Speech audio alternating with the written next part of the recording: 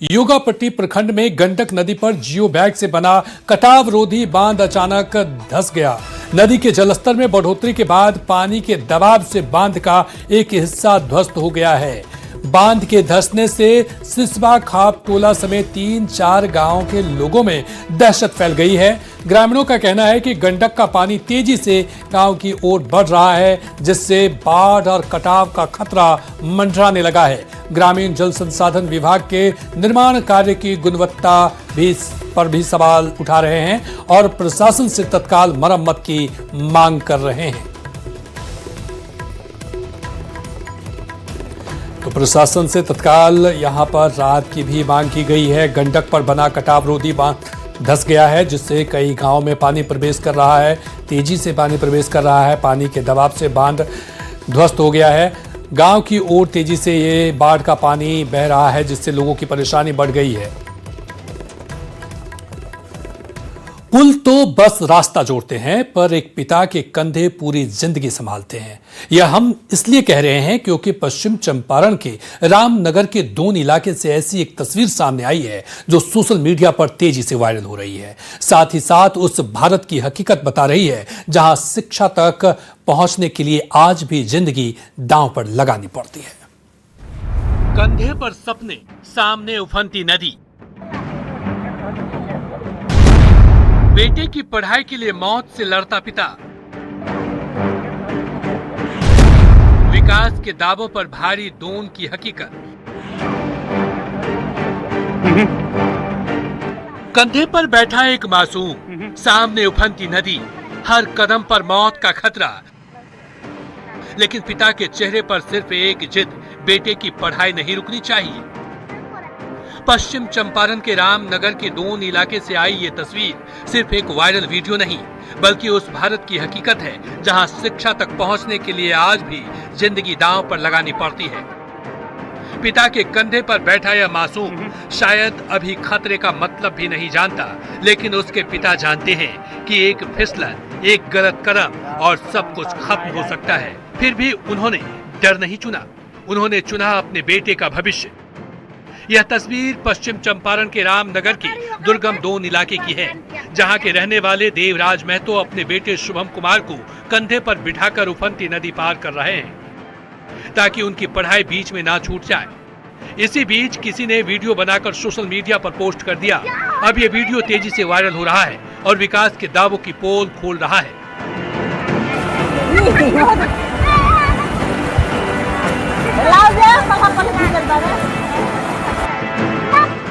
जानकारी के मुताबिक गर्मी की छुट्टियां खत्म हो गई है। बेटे को बेलाटाटी मॉडल आवासीय विद्यालय पहुंचना था, लेकिन गांव और स्कूल के बीच खड़ी थी उफनती नदी।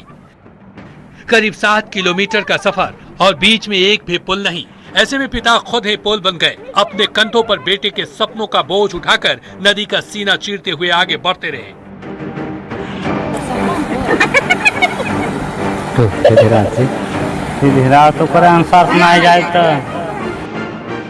बता दें कि दोन इलाके के लोगों के लिए यह कोई नई तस्वीर नहीं है। हर बरसात में करीब 22 गांव चारों तरफ से पानी में घिर जाते हैं। बच्चों की पढ़ाई हो, बीमारों का इलाज या फिर रोजमर्रे की जरूरतें, हर रास्ता जान जोखिम में डालकर ही तय करना पड़ता है। विकास के दावे हर साल सुनाई देते हैं, लेकिन जमीनी हकीकत आज भी यही है, जहाँ एक पिता को अपने बेटे की किताबों तक पहुँचने के लिए मौत से मुकाबला करना पड़ता है। यह वीडियो सिर्फ एक पिता के प्यार की कहानी नहीं, यह उस व्यवस्था पर भी सवाल है जहां आज भी शिक्षा तक पहुंचने के लिए बच्चों को नदी और मौत के बीच से गुजरना पड़ता है। सवाल यही है, क्या अगली बरसात तक यहां पुल बनेगा या फिर अगले साल भी कोई पिता इसी तरह अपने कंधों पर बेटे के सपनों को लेकर उफनती नदी पार करता नजर आएगा। न्यूज 18 के लिए बेतिया से मुन्ना राज के साथ bureau report.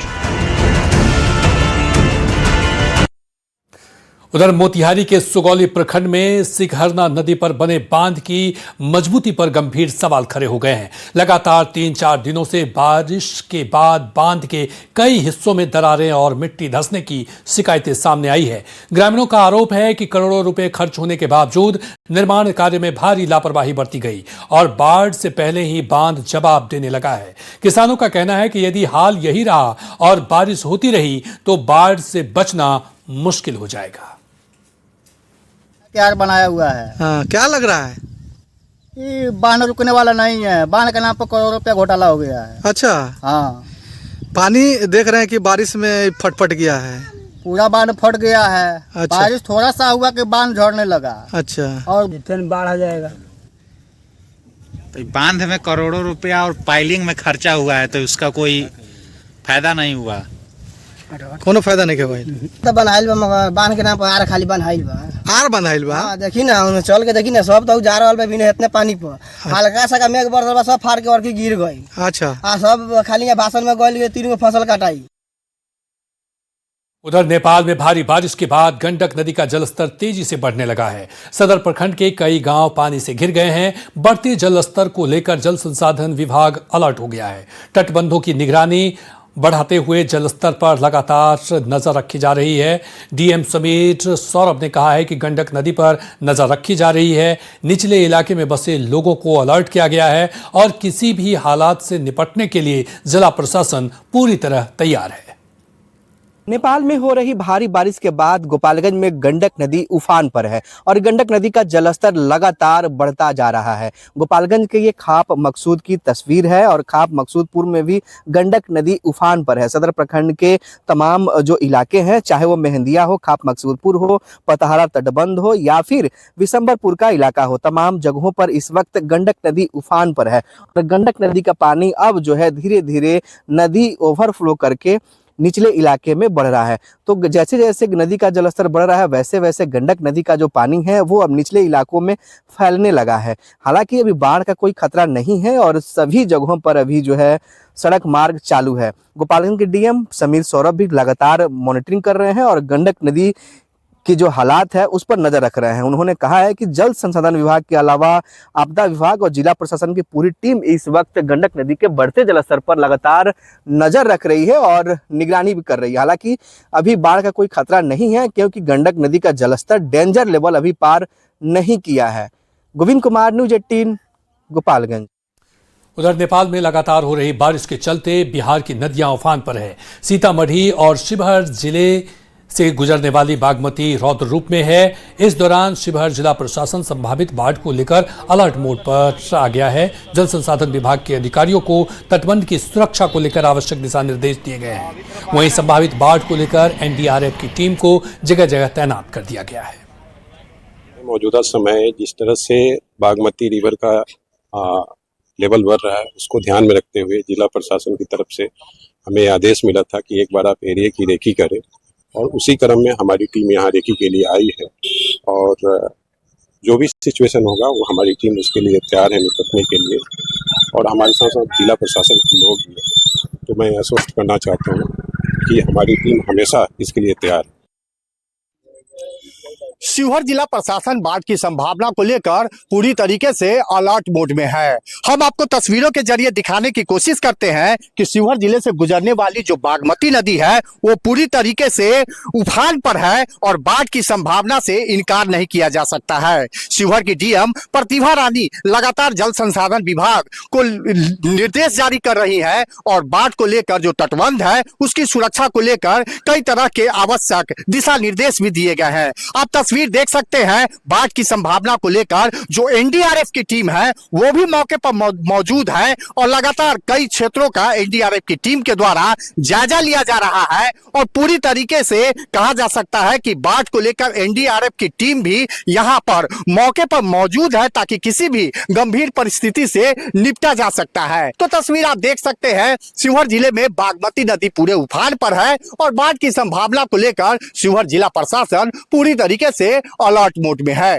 Rakesh Ranjan, news 18, Sheohar.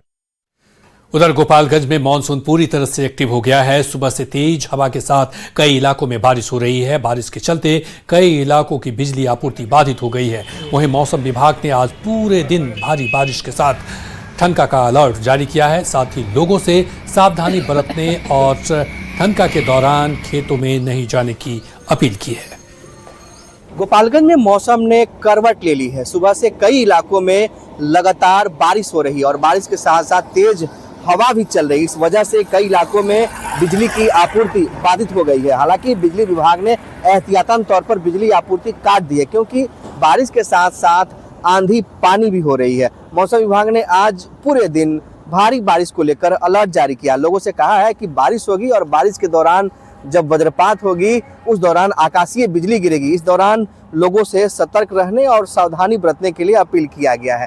तो वहीं आंधी पानी की वजह से शहर के कई रिहायशी मोहल्लों में बिजली की आपूर्ति बाधित हो गई है। बिजली विभाग इस वक्त पावर हाउस में फॉल्ट को दुरुस्त करने में जुटा हुआ है। तो जिस तरह से लगातार मौसम बारिश का बना हुआ है और कई इलाकों में बारिश हो रही है, इससे लोगों की परेशानी बढ़ गई है। हालांकि किसान खुश नजर आ रहे हैं, क्योंकि किसानों के लिए बारिश फायदेमंद साबित हो रही है। धान और मक्के की फसल में हरियाली लौट आई है, तो किसान इस बारिश से खुश है। तो वहीं दूसरी तरफ जो रिहायशी मोहल्ले के लोग हैं वो परेशान है, क्योंकि लगातार बिजली ट्रिप कर रहा है और कई इलाकों में जलभराव की समस्या भी उत्पन्न हो गई है। गोविंद कुमार, न्यूज़ 18, गोपालगंज। चलिए बढ़ेंगे अगली खबर की तरफ और बात राम मंदिर में दान चोरी मामले की बात करेंगे। राम मंदिर में दान चोरी पर दिए गए बयान के बाद अभिनेता अनुपम खेर सोशल मीडिया पर ट्रोलों के निशाने पर हैं। इस बीच अभिनेता नसीरुद्दीन शाह का 6 साल पुराना जोकर वाला बयान फिर वायरल होने लगा है। इस पर अनुपम खेर की सफाई आई है।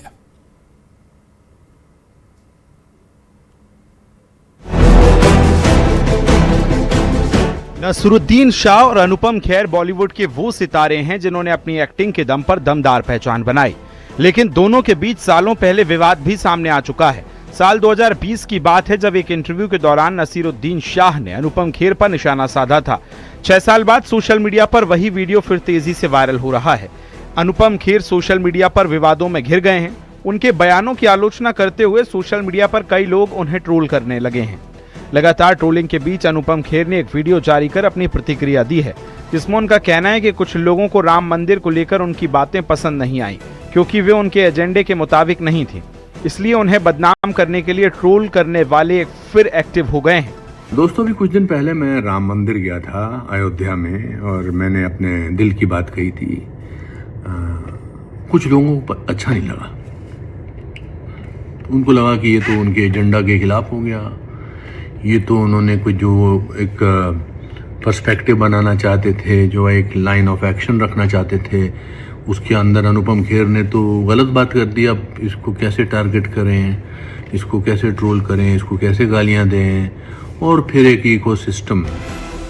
साल 2020 में इंटरव्यू में नसीरुद्दीन शाह ने अनुपम खेर को चाटुकार और जोकर कहा था। नसीरुद्दीन शाह का कहना था कि एनएसडी से लेकर हर जगह तक अनुपम खेर ने सिर्फ चापलूसी की है। उनकी तो ये प्रवृत्ति रही है, उनको गंभीरता से लेने की जरूरत नहीं है। वहीं अनुपम खेर ने इस टिप्पणी के बाद नसीरुद्दीन शाह पर निशाना साधा है। राजेश खन्ना साहब को, शाहरुख खान को, विराट कोहली को क्रिटिसाइज कर सकते हैं, तो I am sure I am in great company. और इनमें से किसी ने भी आपकी स्टेटमेंट्स को सीरियसली नहीं लिया, क्योंकि हम सब जानते हैं कि ये आप नहीं बल्कि बरसों से आप जिन पदार्थों का सेवन करते हैं उनकी वजह से क्या सही है और क्या गलत है, आपको इसका अंतर ही नहीं पता लगता। वहीं अनुपम खेर अब साफ कर चुके हैं कि नसीरुद्दीन शाह के साथ उनका पुराना विवाद काफी पहले खत्म हो चुका है। दोनों एक दूसरे का सम्मान करते हैं। Bureau report, news 18। गाजियाबाद की एक हाई राइज सोसाइटी में विवाद ऐसा बढ़ा कि लिफ्ट ही अखाड़ा बन गई। क्रॉसिंग रिपब्लिक की GS7 सोसाइटी में लिफ्ट के अंदर ही 2 लोगों के बीच मारपीट हो गई, जिसका CCTV वीडियो वायरल हो रहा है, जिसमें लिफ्ट के अंदर पहले से खड़े एक शख्स ने बाद में आए दूसरे आदमी के साथ विवाद करता दिखा। दोनों के बीच विवाद इतना बढ़ गया कि उन्होंने लिफ्ट के अंदर ही एक दूसरे पर हमला करना शुरू कर दिया। इस मामले में पुलिस ने केस दर्ज कर जांच शुरू कर दी है।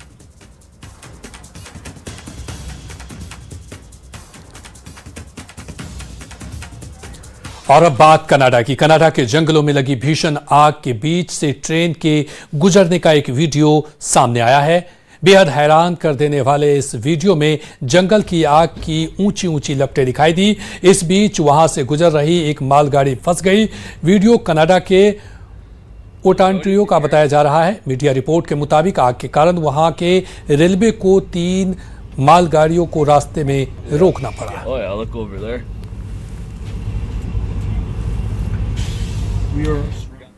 उधर अमेरिका के टेक्सास में कुदरत का खौफनाक रूप देखने को मिला। सैन एंटोनियो में आए बवंडर ने भारी तबाही मचाई, जिसका डरावना वीडियो सोशल मीडिया पर तेजी से वायरल हो रहा है। वीडियो में आसमान में घूमता एक बहुत बड़ा बवंडर दिखाई दिया। रिपोर्ट के मुताबिक ये बवंडर दी रिम इलाके के पास जमीन पर उतरा और तबाही मचा दी। बवंडर की चपेट में आने से कई बिल्डिंगों को भारी नुकसान हुआ। तेज हवाओं और उड़ते मलबे के बीच लोगों में अफरा तफरी मच गई।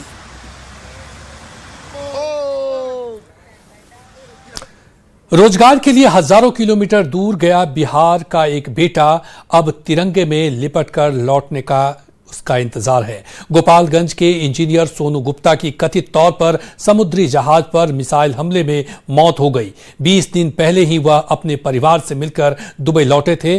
अब घर में सिर्फ उनकी यादें हैं और सबके लौटने का इंतजार। चेहरे पर मुस्कान, आंखों में सपने और परिवार के लिए कुछ बड़ा करने की चाह, यह है गोपालगंज के थावे निवासी सोनू गुप्ता, जिन्होंने बेहतर भविष्य के लिए अपना घर छोड़ा। लेकिन किसी ने नहीं सोचा था कि उनका सफर इतनी दर्दनाक खबर बन जाएगा। दुबई की शिपिंग कंपनी में इंजीनियर के तौर पर काम कर रहे सोनू अंतिम यात्रा के इंतजार में हैं। उनको फोन आया कंपनी के तरफ कि आपके भाई इंजर्ड हो गए हैं, वहाँ पे मिसाइल गिरा है। उसके बाद से 1 घंटे बाद फिर फोन आया कि आपके भाई डेथ कर गए। परिवार वालों के मुताबिक सऊदी अरब के निकट होर्मुज समुद्री क्षेत्र से गुजर रहे जहाज पर कथित मिसाइल हमला हुआ, जिसमें सोनू गंभीर रूप से घायल हो गए और फिर उनकी मौत की खबर आ गई। सिर्फ 20 दिन पहले सोनू छुट्टियां बिताकर अपने घर से लौटे थे, माँ बाप से मिलकर, परिवार को जल्द फिर से मिलने का भरोसा देकर। लेकिन अब घर लौटेगा तो सिर्फ उनका पार्थिव शरीर। सऊदी अरब नौक कंपनी में काम करते थे, मैरिन इंजीनियर थे। सोनू अपने परिवार के इकलौते कमाने वाले सदस्य थे। पिता की छोटी सी जूता चप्पल की दुकान और पूरे परिवार की उम्मीद सोनू की नौकरी पर टिकी थी। मौत की खबर मिलते ही घर में चीख पुकार मच गई। माँ की आंखें अपने बेटे का इंतजार कर रही हैं, पिता की निगाहें दरवाजे पर टिकी है और बड़ा भाई भारतीय दूतावास और कंपनी से लगातार संपर्क में है, ताकि सोनू का पार्थिव शरीर सम्मान के साथ अपने वतन लौट सके। यही मांग है हमारे भाई को बॉडी से लाया जाए।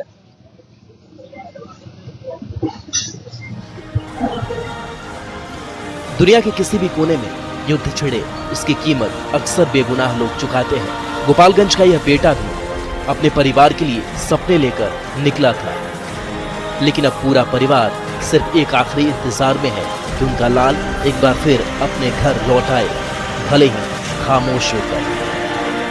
न्यूज़ 18 के लिए गोपालगंज से गोविंद कुमार के साथ ब्यूरो रिपोर्ट।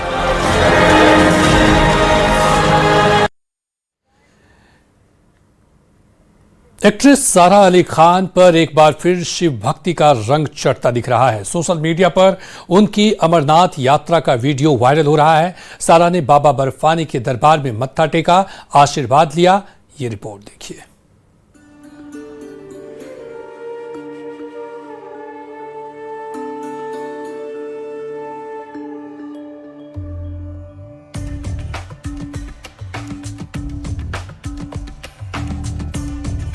शिव भक्त सारा की अमरनाथ यात्रा।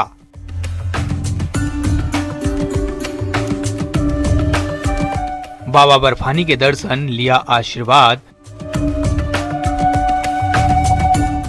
सारा पर चढ़ा भोलेनाथ का रंग।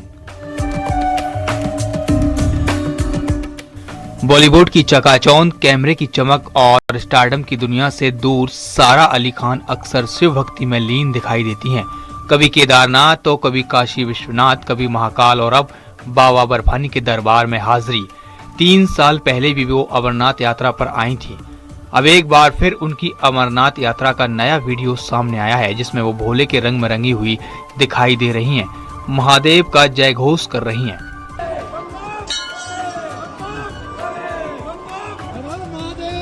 हर हर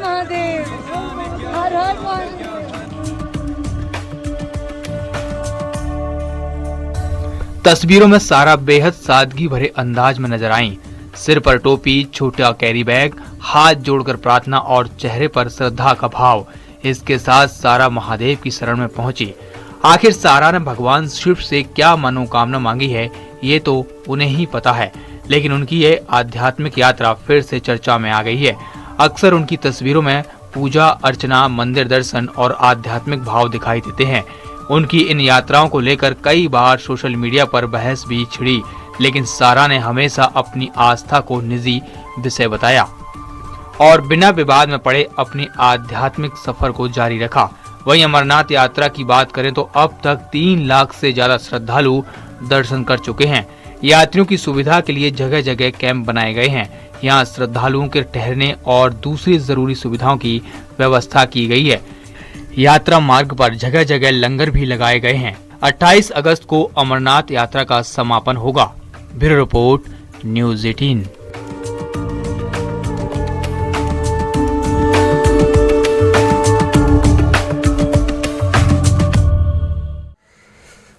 चलिए बढ़ेंगे अगली खबर की तरफ। पाकिस्तान के खिलाफ to a level that we're booming. The country is booming, and we'll have Iran defeated soon. They'll be defeated very soon.